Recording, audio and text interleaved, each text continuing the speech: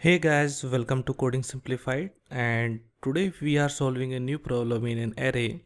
So problem is that you are given an array from 1 to n, and from 1 to n range there is one number which is missing, right?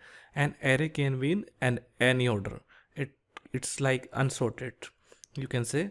So basically if you see here, we have an array element like 2 4 1 3 6 7 8. So if you see from 1 to n means 1 to 8, then 5 is missing here, right? So your answer should be 5 because 5 is missing from here.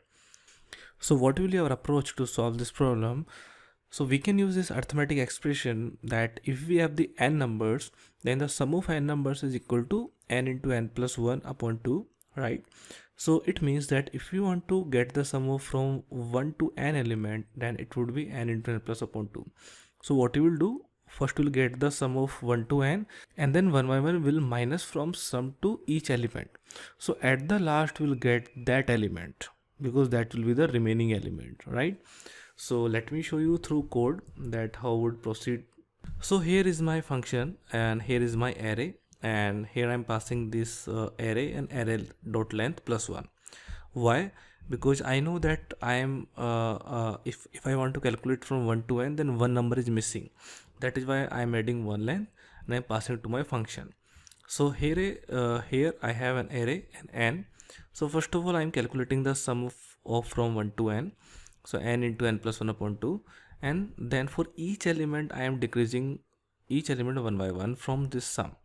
So at the last I will get the sum as the number, right? So let me debug this and let me show you.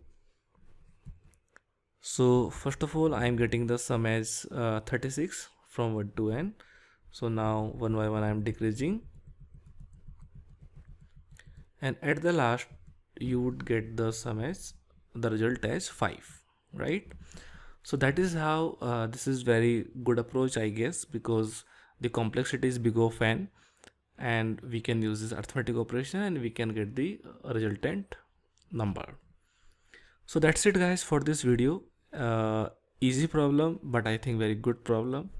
And if you have any doubts, so please write in the comment section, and thanks for watching it.